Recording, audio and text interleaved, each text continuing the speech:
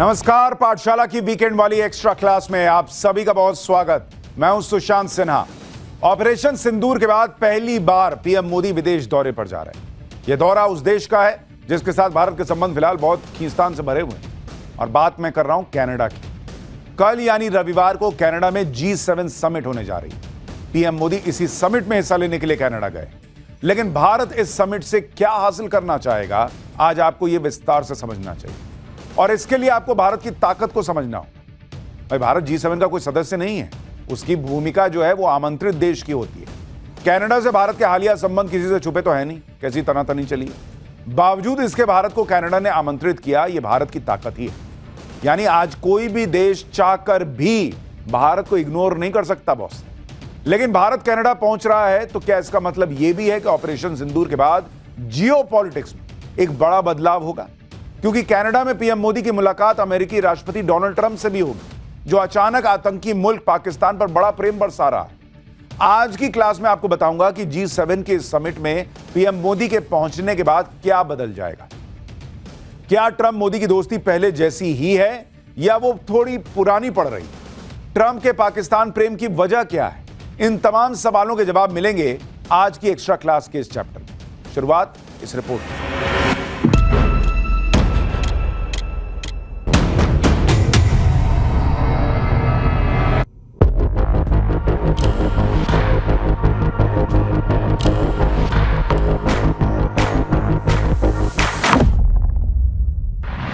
A great champion of India, a man who works night and day for his country, and a man I am proud to call my true friend, Prime Minister Modi.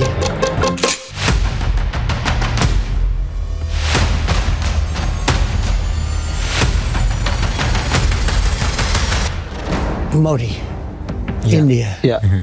He's a friend of mine. He's great.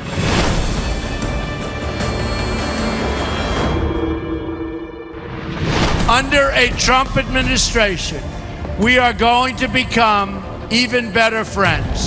In fact, I'll take the word even out because we are going to be best friends. There won't be any relationship more important to us.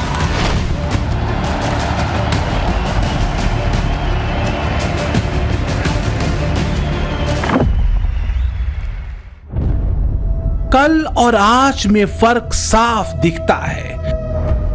दोस्त मिलकर भले मिले पर बात दुश्मनों से करता है। आज अमेरिका के संबंध में बात यही कही जा रही है। ऑपरेशन सिंदूर के बाद पीएम मोदी पहली बार ग्रुप ऑफ 7 की समिट में हिस्सा लेने कनाडा जा रहे हैं। ऑपरेशन सिंदूर के बाद पहली बार पीएम मोदी की मुलाकात अमेरिकी राष्ट्रपति डोनाल्ड ट्रंप से होगी, लेकिन बात इतनी भर नहीं है। जो सबसे अहम है वो ये कि भारत G7 समिट से हासिल क्या करना चाहेगा। ट्रंप और मोदी की मुलाकात पहले जैसी होगी या कुछ बदला होगा? ट्रंप मोदी की दोस्ती पहले वाली ही है या फिर पुरानी पड़ गई?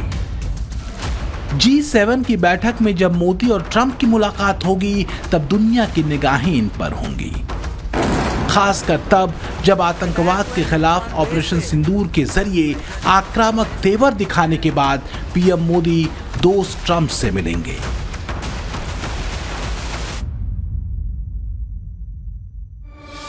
मुमकिन है कि चर्चा इस बात पर भी हो कि पाकिस्तान पर अमेरिका चाहे जितना मेहरबान हो ले, लेकिन अगर उसने आतंक की नीति से तौबा नहीं किया तो भारत उसे वैसी ही भाषा में जवाब देगा जिस भाषा में इस बार उसे जवाब मिला है। ट्रंप भारत और मोदी के तेवर और तरीके दोनों को बखूबी जानते हैं। ज्यादा वक्त नहीं गुजरा, करीब 8 महीने पहले ही ट्रंप मोदी की वर्किंग स्टाइल को समझा रहे थे। Modi, India. Yeah. He's a friend of mine. He's great. But we have a very good relationship. He's the nicest human being. But we had a couple of occasions where somebody was threatening India. I said, let me help. I'm very good with those people. Let me help. I will do it. I will do it.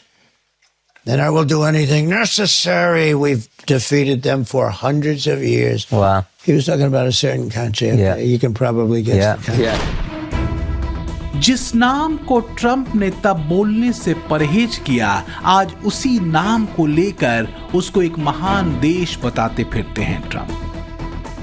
क्या सिर्फ इसलिए क्योंकि वास्तव में Trump के लिए मामला America first का है या कुछ और भी है? इस सवाल का जवाब आपको आगे मिलेगा। फिलहाल तो बात उस G7 समिट की जिसका मेंबर न होने के बावजूद भारत को इसमें आमंत्रित किया गया। ये बताता है कि आज के दौर में भारत को इग्नोर करना नेक्स्ट टू इम्पॉसिबल है। 2019 से भारत लगातार G7 के सम्मेलन में पहुंचता रहा है। अमेरिका के थिंक टैंक हडसन इंस्टीट्यूट के लेख के मुताबिक भारत एक तरह से इसलिए भी महत्वपूर्ण है क्योंकि एक सहयोगी के तौर पर भारत कहीं ज्यादा विश्वसनीय है।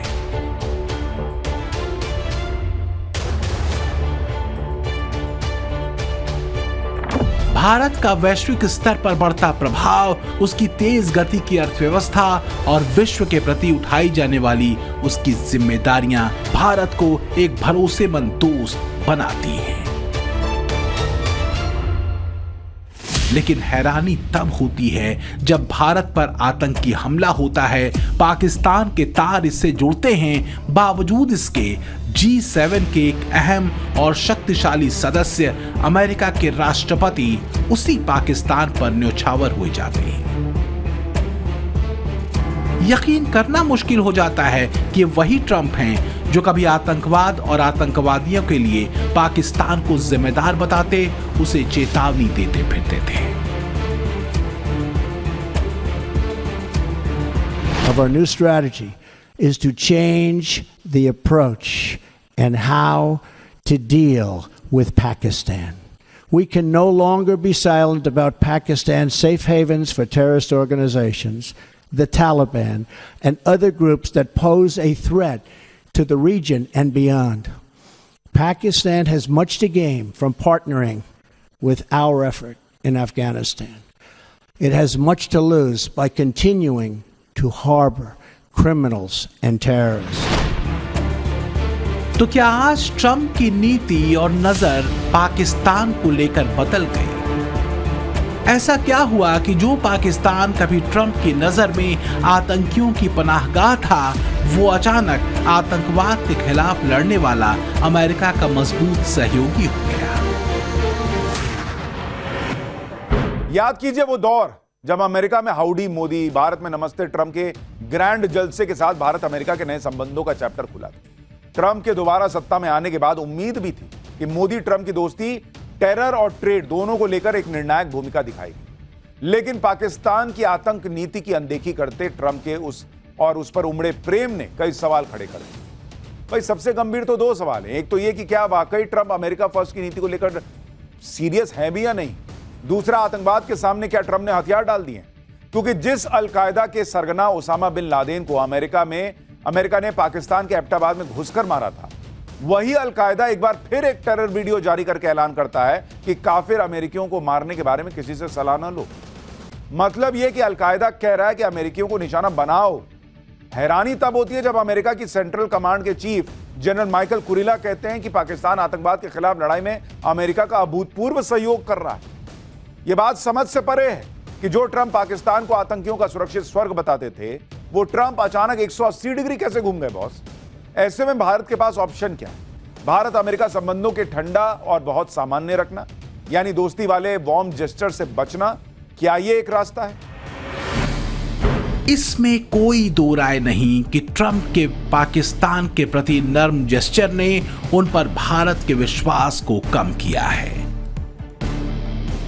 अगर बात राष्ट्रहित की भी हो तब भी क्या घोषित तौर पर आतंकवाद को पोषित करने वाले किसी देश को आतंकवाद के खिलाफ लड़ाई लड़ने वाला बताया जा सकता है? दुनिया जानती है कि भारत का ऑपरेशन सिंदूर पाकिस्तान में पल रहे यूनाइटेड नेशन के घोषित आतंकियों के ठिकानों पर प्रिसाइज अटैक था। दुनिया जानती है कि भारत किस तरह से पाकिस्तान के प्रॉक्सी वॉर का शिकार होता रहा है, लेकिन 2014 के बाद से स्थितियां बदल गई। आतंकी हमलों के सबूतों से भरे डोजियर सौंपने के दिन लद गए। नया भारत अब पाकिस्तान को उसी की भाषा में जवाब देता है। पाकिस्तान की गुहार के बाद भारत ने सिर्फ अपनी सैन्य कार्रवाई को स्थगित किया है। अगर पाकिस्तान ने फिर से आतंकी गतिविधि या सैन्य दुस्साहस दिखाया तो हम उसका मुंह तोड़ जवाब देंगे। ये जवाब अपनी शर्तों पर अपने तरीके से देंगे। सवाल ये उठ रहे हैं कि क्या मोदी के नए भारत का ये तेवर ही तो अमेरिका को और खासकर ट्रंप को खटक नहीं रहा? कहीं ऐसा तो नहीं कि अमेरिका की चौधराहट को कहीं भारत की तरफ से चुनौती मिलती दिख रही है? जिस तरह से ऑपरेशन सिंदूर के बाद ट्रंप ने सीज फायर का क्रेडिट लेने की कोशिश की, उसे देखकर तो यही लगता है कि ट्रंप ये जताना चाह रहे थे कि जगह चाहे कोई भी हो, चलती अमेरिका की ही है। An immediate ceasefire, I think a permanent one, between India and Pakistan, ending a dangerous conflict of two nations with lots of nuclear weapons. Expert कहते हैं कि अमेरिका की कोशिश यही रही है कि चाहे युद्ध हो या शांति, दोनों ही फैसले उसकी तरफ से हों, ताकि दुनिया में उसका लीडर बनने का रुतबा कायम रहे। अमेरिका ने पूरी दुनिया को ही अपने अलग अलग कमांड सेंटर्स में बांट रखा है। ऐसा करने के पीछे वजह एक ही है, अमेरिका पूरी दुनिया को अपने तरीके से चलाना चाहता है, उसे कंट्रोल करना चाहता है। ये एक तरह का कॉलोनिज्म ही है जिसे नियो कॉलोनिज्म कहते हैं। अब जरा देखिए कि अमेरिका की अलग अलग कमांड कौन सी है और वो किसे कंट्रोल करती है। ये कमांड है यूएस नॉर्दर्न कमांड जो नॉर्थ अमेरिका में है, यूएस सदर्न कमांड, इसके अलावा US Africa command, US European command, US central command और US Indo Pacific command. Central command Asian देशों को कंट्रोल करता है। भारत से पश्चिम दिशा में ये कमांड काम करती है, यानी अफगानिस्तान और पाकिस्तान में, और इसी के जनरल हैं माइकल कुरिल्ला, जिन्होंने आतंक के खिलाफ लड़ाई में पाकिस्तान के जबरदस्त सपोर्ट की बात कही।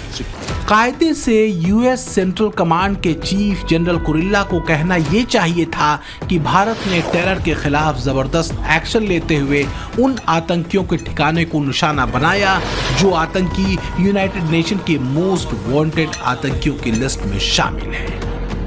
अब जरा समझिए कि पाकिस्तान को लेकर अमेरिका के रुख में आए बदलाव की शुरुआत कहां से हुई। तो इस बदलाव के संकेत छिपे हैं इस तस्वीर में। ये आतंकी है शरीफुल्लाह, जिसको अमेरिका ने अफगानिस्तान से पकड़ा। इसे अफगानिस्तान के एबी गेट पर हुए आतंकी हमले का मास्टरमाइंड माना जाता है, जिसमें 11 अमेरिकी सैनिकों की मौत हुई थी। मार्च में इसे पकड़ा गया। शरीफुल्लाह आईएसआईएस खुरासान की काबुल कतीबा इकाई का हिस्सा था। कहा यह जाता है कि शरीफुल्लाह के बारे में खुफिया इनपुट अमेरिकी सेना को पाकिस्तानी सेना ने ही मुहैया कराए थे। बस इसी आधार पर अमेरिका ने मान लिया कि पाकिस्तान आतंकवाद के खिलाफ लड़ाई में उसके साथ है, जबकि सच ये है कि पाकिस्तान में इस वक्त 150 से ज्यादा आतंकी संगठन सक्रिय हैं और इसमें कश्मीर में आतंकवाद फैलाने के लिए 5 बड़े आतंकवादी संगठन काम कर रहे हैं। पहला है हाफिज सईद की अगुवाई वाला लश्कर तैयबा, मौलाना मसूद अजहर का जैश ए मोहम्मद, हरकतुल जिहाद इस्लामी, हरकतुल मुजाहिदीन और हिजबुल मुजाहिदीन। अमेरिका तब आंखें बंद कर लेता है जब हाफिज सईद और मसूद अजहर जैसे दुनिया के मोस्ट वांटेड आतंकी पाकिस्तान में खुलेआम घूमते हैं और जहर उगलते हैं। तो क्या ट्रंप सिर्फ वो देख रहे हैं जो बात सिर्फ उनके फायदे की हो?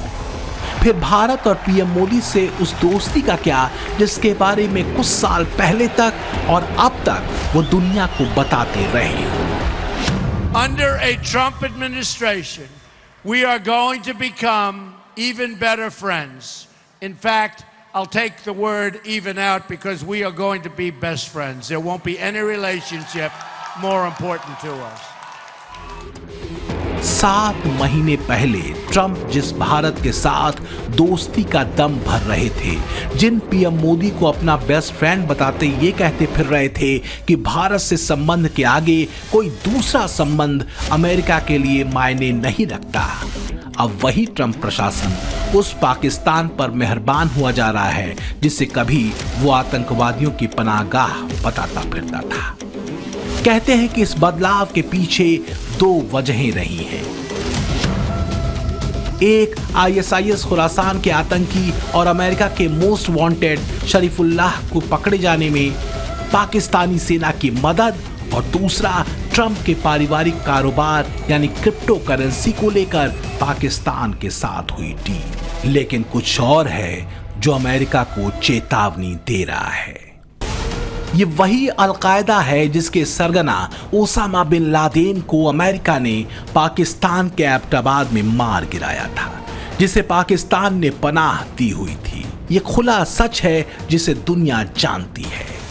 अल कायदा के आतंकी क्या अब पाकिस्तान में नहीं है? बीते हफ्ते ही ये वीडियो संदेश जारी कर अल कायदा ने अमेरिकियों पर हमला करने का ऐलान किया है।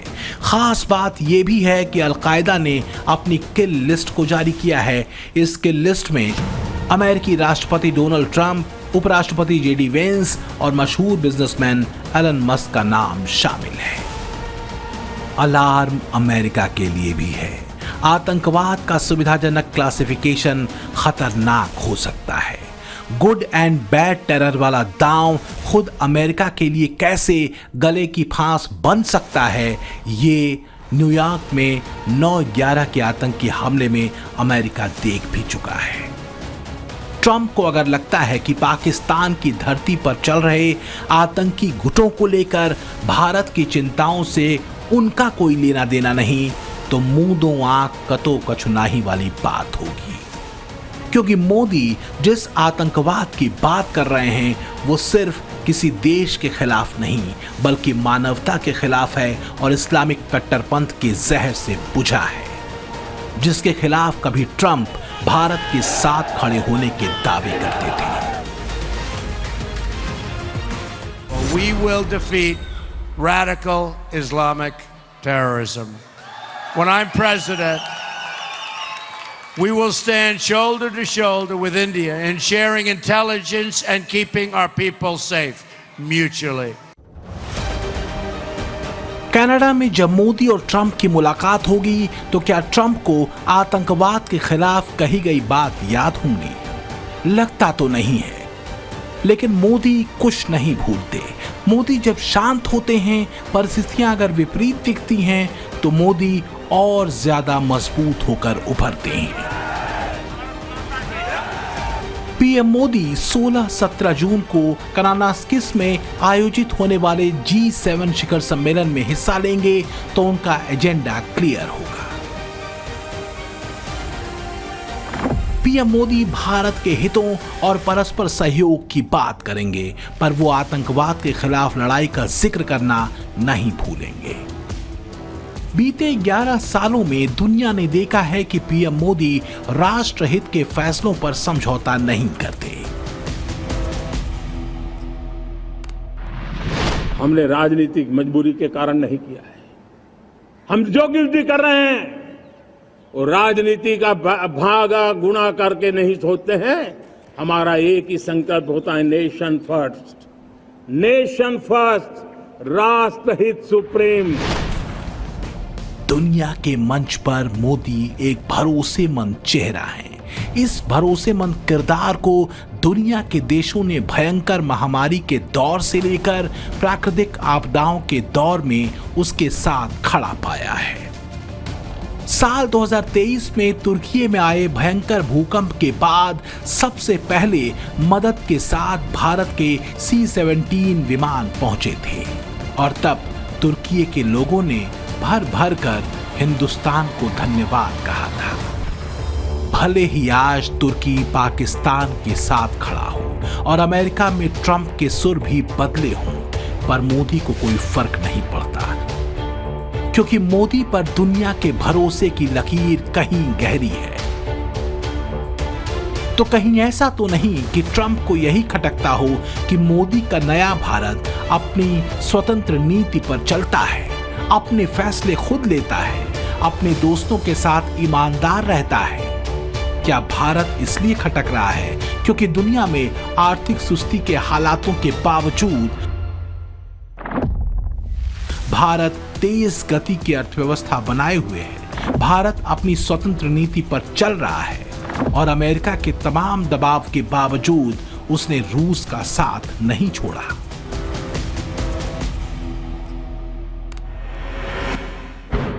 कुछ विश्लेषक ये भी मानते हैं कि ट्रंप दोस्ती के नाम पर मोदी से जिस तरह का जेस्चर चाहते थे वो भारत के हितों के हिसाब से ठीक नहीं थे। ट्रंप चाहते थे कि मोदी खुलकर रूस और चीन के विरोध में अमेरिका के साथ खड़े हो जाएं, पर ऐसा नहीं हुआ। ट्रंप चाहते थे कि एशिया में भारत अमेरिका का मोहरा बन के रहे, जबकि पीएम मोदी ने भारत की स्वतंत्र नीति को हमेशा प्राथमिकता दी।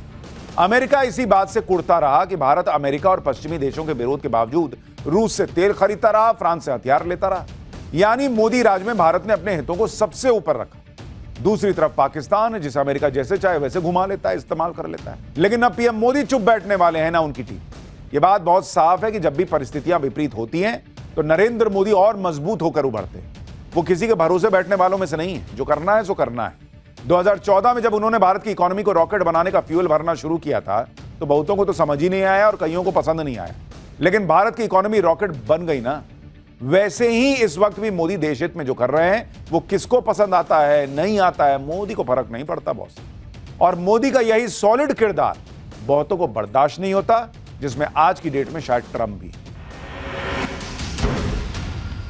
दोस्त कहना और दोस्ती निभाना दो अलग बात है। ट्रंप दोस्त कहते हैं, मोदी दोस्ती निभाते हैं।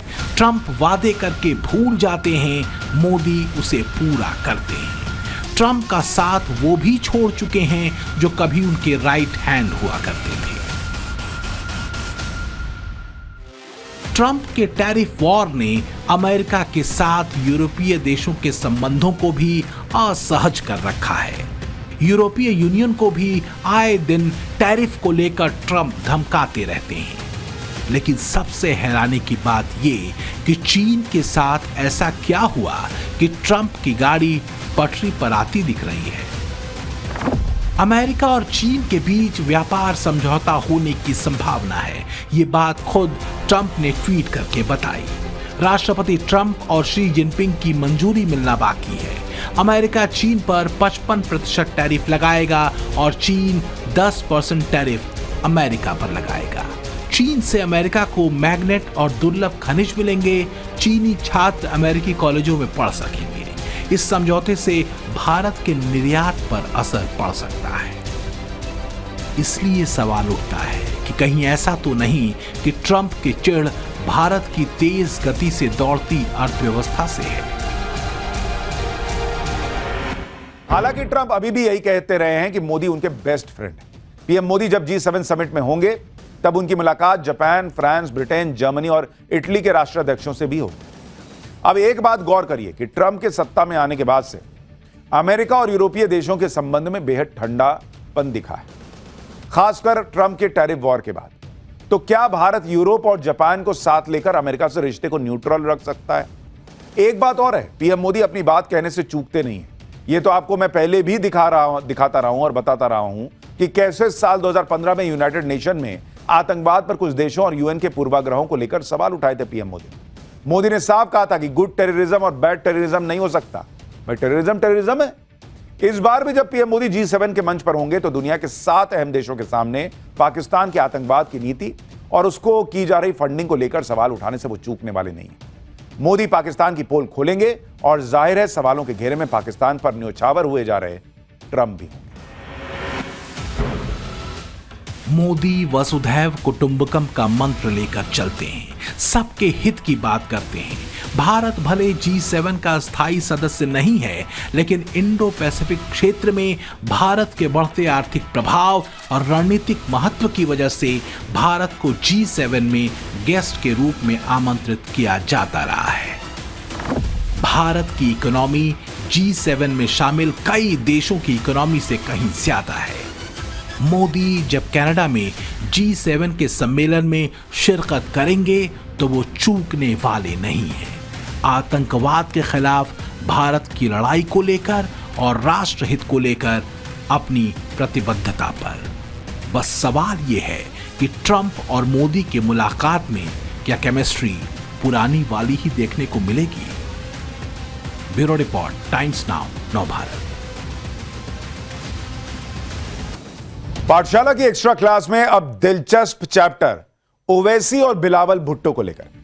कहते हैं मरता क्या ना करता। कुछ यही हालत इन दिनों पाकिस्तान के हुक्मरान और वहां के पूर्व विदेश मंत्री बिलावल भुट्टो की हो रखी है। बिलावल कभी पानी के नाम पर, कभी ताकत के नाम पर हिंदुस्तान को खाली पीली धमकी देने लगता है। वहीं असदुद्दीन ओवैसी उन्हें तर्क के साथ जबरदस्त काउंटर करते हैं। पहलगाम अटैक के बाद से तो असदुद्दीन ओवैसी ने ऐसा गियर शिफ्ट किया बॉस कि बिलावल भुट्टो को अपने नाना तक की याद आने लगी। पाठशाला के इस चैप्टर में देखिए बिलावल का क्रेडिट पाकिस्तान में भी क्यों खराब हो रहा है और ओवैसी का राष्ट्रवाद दिन ब दिन क्यों रिचार्ज होता जा रहा है। Bilawal versus Asaduddin Owaisi, narrative war में कौन हुआ विजयी? ये वो सवाल है जिसका उत्तर हिंदुस्तान से लेकर पाकिस्तान तक कोई भी आंख मूंद कर दे देगा।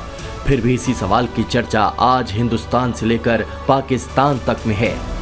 असल में प्रधानमंत्री मोदी की नकल करके शहबाज शरीफ ने हिंदुस्तानी डेलीगेशन की तरह बिलावल के नेतृत्व में विदेशी जमीन पर अपना डेलीगेशन तो भेज दिया, लेकिन किस डेलीगेशन के हाथ क्या लगा, किसने मारी बाजी, कौन अपने देश का पक्ष रखने में कामयाब हुआ और किसका क्रेडिट खराब हुआ, अब इसका एनालिसिस किया जा रहा है।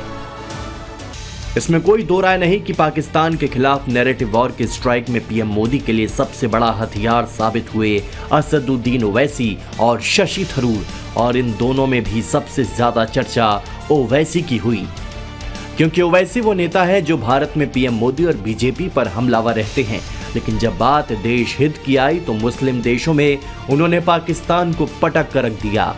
विदेशों में ओवैसी ने जो कहा उसे पूरे देश ने ध्यान से सुना। हैदराबादी भाईजान ने खूब वाहवाही लूटी, तारीफें बटोरी, महफिलें लूटी, जबकि बिलावल अपने ऊल जुलूल बयानों के कारण पहले ही दिन से फजीहत का सबब बन गए। ये सिर्फ एक उदाहरण नहीं है जब बिलावल ने यूएन में अपने बचकाने बयान से पाकिस्तान की भद्द पिटवा दी। असल में बिलावल का मकसद ये दिखाना था कि भारत में मुसलमानों पर कितना सितम किया जाता है, लेकिन एक पत्रकार ने उन्हें ऑन द स्पॉट आईना दिखा दिया। यही वजह है कि पाकिस्तान में भी बिलावल की बचकानी बातों को लेकर जबरदस्त नाराजगी देखी जा रही है। जो बात यूएन में बिलावल ने कही, ठीक वही प्रोपेगेंडा ऑपरेशन सिंदूर के बाद पाकिस्तान ने भारत के खिलाफ फैलाया था और कहा था कि भारत ने मुस्लिम देश होने की वजह से पाकिस्तान पर हमला किया। यानी जब आतंकवाद के मुद्दे पर पाकिस्तान बैकफुट पर गया तो उसने मुस्लिम कार्ड निकाल लिया, लेकिन बहरीन से सऊदी अरब तक पाकिस्तान के इस मुस्लिम कार्ड का जवाब ओवैसी ने बखूबी दिया। बिलावल तो अपना स्टैंड रख पाने में नाकाम रहे, लेकिन ओवैसी मुस्लिम देशों को ये बताने में कामयाब रहे कि ऑपरेशन सिंदूर आतंकवाद के खिलाफ था, इसका मुसलमान या इस्लाम से कोई लेना देना नहीं था। And the most unfortunate part is that Pakistan gives out a wrong message to the Arab world and to the Muslim world that we are a Muslim country and India is not a Muslim country. But Your Excellency, you know, you have more knowledge about worldly affairs, that there are 240 million proud Indian Muslims living in India. And not only that, we have our Islamic scholars are much better than any scholars in the world. They can speak the best of Arabic language. In fact, we have some famous Islamic scholars who have done great work in the Hanafi fiqh jurisprudence, and their judgments are accepted by the religious scholars of anywhere in the world. So this Pakistan's false propaganda that India is hurting us because we're a Muslim country. It is completely wrong. विदेशी जमीन पर पाकिस्तान के पोल खोलते हुए ओवैसी ने उसे ऐसे जख्म दिए कि पाकिस्तान में आज भी ओवैसी को लेकर हेट स्टोरी वाली किस्सागोई की जा रही है। शहबाज, मुनीर, बिलावल, आतंकी ब्रिगेड और कट्टरपंथी जमात ओवैसी ने किसकी क्लास नहीं लगाई। दलीलें ऐसी दी कि पाकिस्तान का कोई भी शख्स उनकी काट नहीं खोज पाया। आप देखिए ओवैसी ने कैसे पाकिस्तान के नैरेटिव को तार-तार कर दिया। भाई पाकिस्तान ने कहा वो आतंकवाद से पीड़ित है, ओवैसी ने कहा पाकिस्तान आतंकवाद की दुकान है। पाकिस्तान ने कहा भारत ने हमला किया, ओवैसी ने कहा भारत ने आतंकवाद पर अटैक किया। पाकिस्तान ने कहा भारत में मुसलमान सुरक्षित नहीं है, ओवैसी ने कहा भारत में 20 करोड़ मुसलमान सुरक्षित रहते हैं। पाकिस्तान ने कहा भारत आतंकवाद फैला रहा है, ओवैसी ने कहा भारत सालों से आतंकवाद से पीड़ित है। पाकिस्तान ने कहा हमारा आतंकवाद से कोई लेना देना नहीं है, ओवैसी ने कहा कि पाकिस्तान मानवता के लिए दुश्मन है। पाकिस्तान ने कहा हम भारत को करारा जवाब देंगे, ओवैसी ने कहा मलेरिया की दवा तो तुमसे बनती नहीं, तो हमसे क्या टक्कर लोगे। सबसे बड़ी बात यह है कि असदुद्दीन ओवैसी ने यह सारी बातें मुस्लिम देशों में जाकर कहीं। पाकिस्तान जो बात बात पर मुसलमान देशों का हवाला देता है कि वो उसके साथ हैं, उन्हीं देशों में ओवैसी ने पाकिस्तान को भिगो भिगो के धोया। ओवैसी और बिलावल की तुलना इसलिए भी की जा रही है क्योंकि बिलावल की सबसे ज्यादा धुलाई ओवैसी के हाथों ही हुई। पहलगाम हमले के बाद जब भारत ने सिंधु समझौता रद्द किया तो सबसे पहले बिलावल उछलकर सामने आए, पानी रोकने पर खून बहाने की धमकी दी और तभी से वो हैदराबादी भाईजान के रडार पर आ गए। आतंक पर हिंदुस्तान को आंखें दिखाने का बिलावल का अंदाज ओवैसी को बर्दाश्त नहीं हुआ तो उन्होंने तल्ख लहजे में बिलावल और पाकिस्तान को उसकी औकात दिखा दी। पाकिस्तान में तुम एक मलेरिया की दवा नहीं बना सकते, तुम एक मोटरसाइकिल का टायर तैयार नहीं कर सकते। भारत बहुत आगे है, भारत से पंगा मत लो। अल्लाह का शुक्र है कि हमारे बुजुर्ग नहीं गए वहां पर, वरना इन पागलों को हमको देखना पड़ता। जो लोग गए उनको बर्दाश्त कर रहे हैं।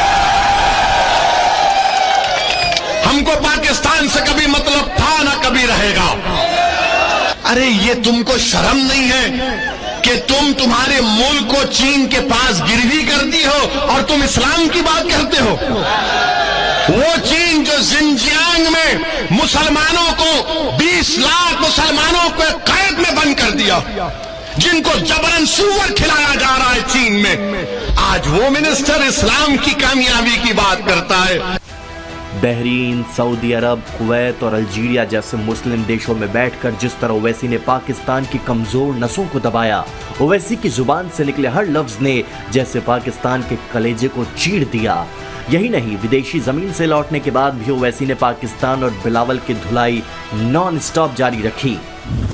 बिलावल ने यूएन में रॉ और आईएसआई के बीच सहयोग का आह्वान किया तो ओवैसी ने बिलावल के इस बयान को पूरे तर्कों के साथ मूर्खतापूर्ण बताया और उन्हें याद दिलाया कि 26/11 मुंबई हमले और पठानकोट हमलों के बाद दोनों देशों की एजेंसियों के बीच बातचीत के बाद क्या हुआ था।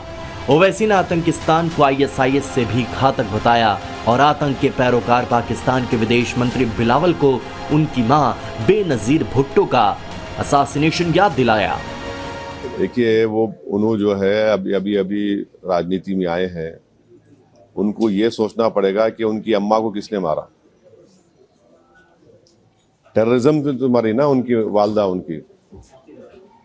उनको अगर वो समझ में नहीं आ रहा तो क्या समझाएंगे उनको भी। भाई जिसकी मां को उसी के होम ग्रोन टेररिस्ट ने मार दिया तो वो बात समझो ना तुम। आपकी मां को जब गोली मारा तो टेररिज्म है और हमारे बेटियों को, माओं को जो मारे टेररिज्म नहीं है क्या वो? एक तरफ विदेशों में भारतीय डेलीगेशन का हिस्सा बनकर गए हैदराबादी भाईजान असदुद्दीन ओवैसी ने धुआंधार बैटिंग करके अपनी इमेज गढ़ी और सिर्फ मुस्लिम नेता वाली छवि को तोड़कर ओवैसी राष्ट्रवादी नेता बन गए, देश के हीरो बन गए।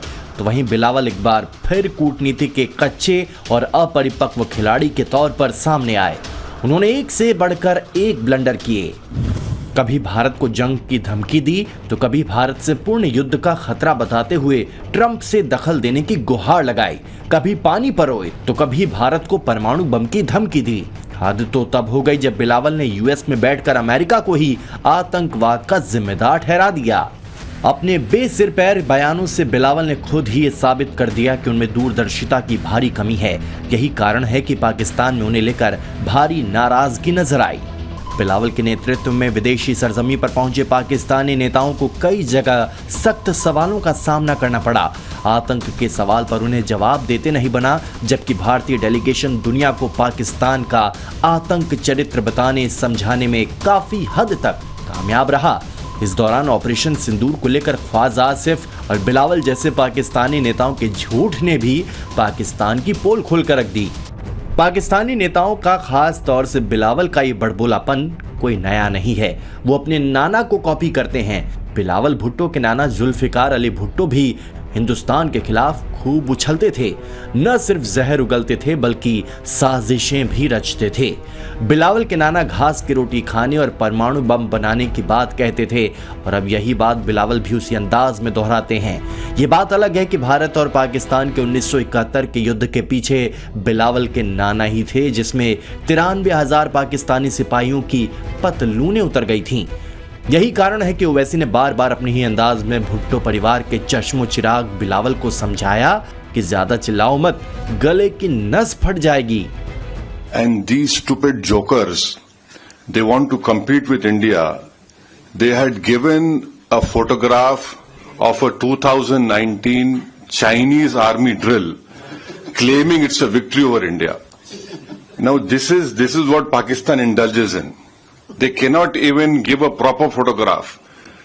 तो हम बचपने में हम स्कूल में सुनते थे, तो नकल करने के लिए अकल भी चाहिए। इन नालायकों को अकल भी नहीं है। तुम कौन सा मिसाइल टेस्ट करते टेस्ट कर लो, याद रखो, मगर भारत तुम्हारे से ताकतवर है और हमेशा रहेगा इंशाअल्लाह ताला। ओवैसी ने पाकिस्तान को जो हैवी डोज दिए उसने करोड़ों हिंदुस्तानियों का दिल जीत लिया और बिलावल ने विदेशी धरती पर पाकिस्तान की जो फजीहत कराई उसने उनकी साख पर बट्टा ही लगाया। ओवैसी अपना मिशन पूरा करके भले ही लौट आए हों, लेकिन उनके तेवर अब भी नरम नहीं पड़े हैं। ओवैसी इस बात की वकालत कर रहे हैं कि इस बार पाकिस्तान को ऐसा सबक सिखाओ कि पाकिस्तानियों को पुश्त दर पुश्त याद रहे। Bureau report, times now Bharat.